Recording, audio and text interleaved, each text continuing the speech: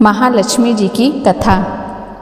एक नगर में एक साहूकार रहता था। उसकी एक लड़की थी। वह रोज पीपल के पेड़ पर जल चढ़ाती थी।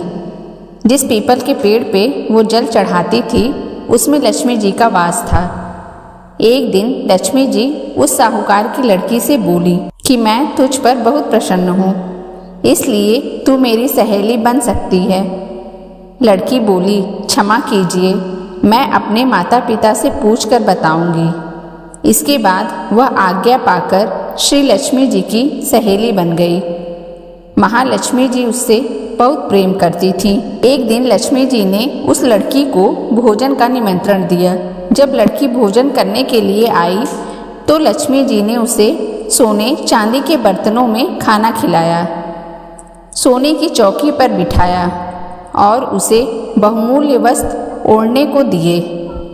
इसके बाद लक्ष्मी जी ने कहा कि मैं भी कल तुम्हारे यहाँ आऊँगी। लड़की ने स्वीकार कर लिया और अपने माता पिता को सब हाल कहकर सुनाया। यह सुनकर उसके माता पिता बहुत खुश हुए, लेकिन लड़की उदास होकर बैठ गई। कारण पूछने पर उसने अपने माता पिता को बताया कि लक्ष्मी जी का वैभव बहुत बड़ा है, मैं उन्हें कैसे संतुष्ट कर सकूंगी।